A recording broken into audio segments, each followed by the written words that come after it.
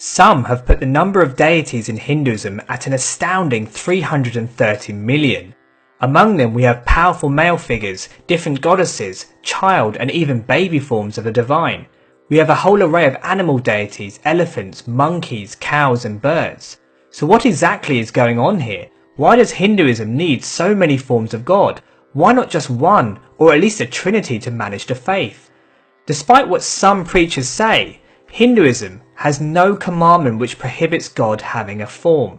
God is not limited to one founder or text born thousands of years ago. He is here and now, ever available to those who ardently seek Him. Sanatana Dharma understands that the truth lies far beyond what the mind can grasp. But at the same time, this one God, one reality, one personality can be revealed in any number of ways. If there is one thing we can conclude from creation, it is that God loves diversity. No two people are exactly the same. There are millions of species of life, and there are endless stars and galaxies. The vast array of gods and goddesses are indicative of the infinite nature of divinity. In Hinduism, there is an inherent appreciation that although God is unknown, He possesses endless qualities and attributes.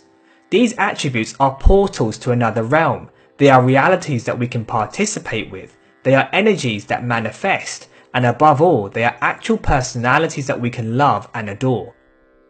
We must understand that ultimately Hindus are not looking to just survive God, to avoid damnation and attain eternal pleasures. Instead, they are looking to rise to a higher state of consciousness and know the truth, to know God Himself. However, depending on the individual's spiritual development, they will approach their chosen deity in different ways. For many, but not all, the different forms of the divine are beings that help them get on in life. For example, Ganesha, the elephant-headed deity, is renowned as the remover of obstacles and is often venerated first before any event to ensure success. He is known as Buddhi Vinayaka, the one who grants wisdom. By worshipping and engaging with him, we are invoking the power of discrimination, the power to see good from bad and overcome any difficulties in our life. Lakshmi is the merciful goddess. She is the mother that is always giving. She encapsulates wealth, creativity and prosperity. By praising and gaining her blessings, we actively participate with that reality. We invite affluence and fortune in our life. For Hindus, the presence of God can also be revealed through nature. The great rivers that provide water and sustenance are deified as goddesses, like the Mother Ganga. The cows that provide milk and sustain farming practices are also venerated as sacred. There are even mountains like Arunachala in Tamil Nadu and Govardhana in Vrindavan which are seen as holy because of the great events which have taken place there. Hindus are comfortable seeing divinity in everything and everyone. The masters and scriptures have declared that with the right vision we can perceive and worship God in every situation. The question is not where is God, but rather where is God not? The different deities have been seen by the masses and delivered to the masses. But people often wonder why these revealed forms are the way they are. In each deity we find numerous postures, limbs, weapons and ornaments. For the devotee there are endearing features that add to their beauty. They are praised in songs and poetry, but they are also deeply symbolic. For instance, Shiva is often depicted in a meditative pose with eyes half open, showing that he is detached from the ways of the world. His body is smeared with ash from the crematorium, showing how he has mastered death. Between his eyebrows he possesses his third eye, the inner eye of wisdom which perceives the truth beyond this material world. He is decorated in serpents which stand for his absolute mastery of the ego and all negativity. The varied imagery, however, is not meant to just be superficially decoded.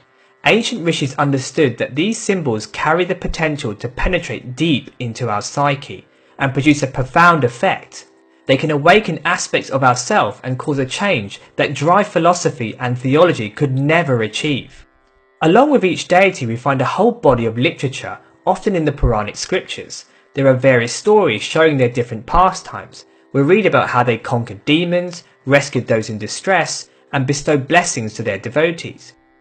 We can look at these in different ways. For some, they are actual real events to get absorbed in and enhance their devotion. For others, they are deeply symbolic, holding powerful life lessons. Whereas some minds might insist on such stories being either fact or metaphorical, Hindus are very comfortable accepting both views at the same time, an idea we will be exploring in the next video. Although Hindus will often approach the different deities for material benefits, the highest goal is to realize the divine's presence within and know God in truth beyond the mind and physical existence.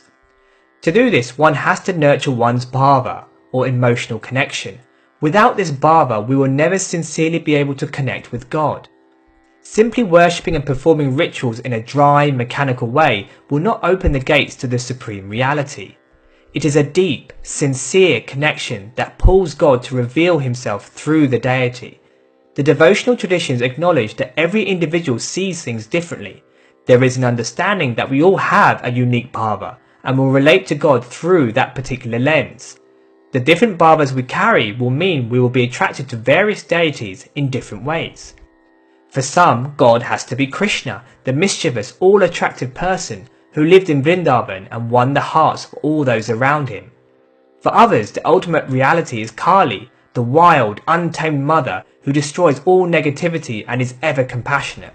These ideas have led to the various devotional traditions. Vaishnavism sees Vishnu and his various manifestations as the ultimate godhead.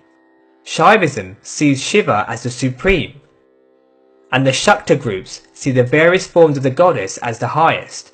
Each tradition is a response to the feeling of devotees, and each tradition has a long lineage of masters who have embodied the highest devotional states for that deity. But the diversity doesn't just stop there. Even amongst each major deity we find even more expansions. For instance, Vishnu has a number of avatars or incarnations like Krishna, Rama and Narasimha. Narasimha is the half-lion, half-man deity, who is fierce and full of rage, ready to protect his devotees and destroy all evil influences. But even the incarnation of Narasimha has other forms. When he sits with Lakshmi, he is calm and benevolent and easily approachable. When he assumes a meditative pose, he is known as Yoga Narasimha, contemplative and introvert. So amongst the devotees of Vishnu, there will be those who are drawn to him as Narasimha, and even amongst the Narasimha devotees there will be those who connect with a specific form of him. Hence, even with one deity there can be many different variations, and each one is a specific aspect or mood of the divine and a reflection of the unique bhava of the devotee. As the Sanskrit saying goes, Yad bhavam tat bhavati, as is the feeling, so is the result. The ultimate supreme reality beyond the mind takes the form that we cherish most. The deity that best invokes an intimate, personal relationship within is known as our Ishtadeva, and of course, this will be different for every individual. In the devotional movements, we are encouraged to seek out and dedicate ourselves to the form that we hold dearest.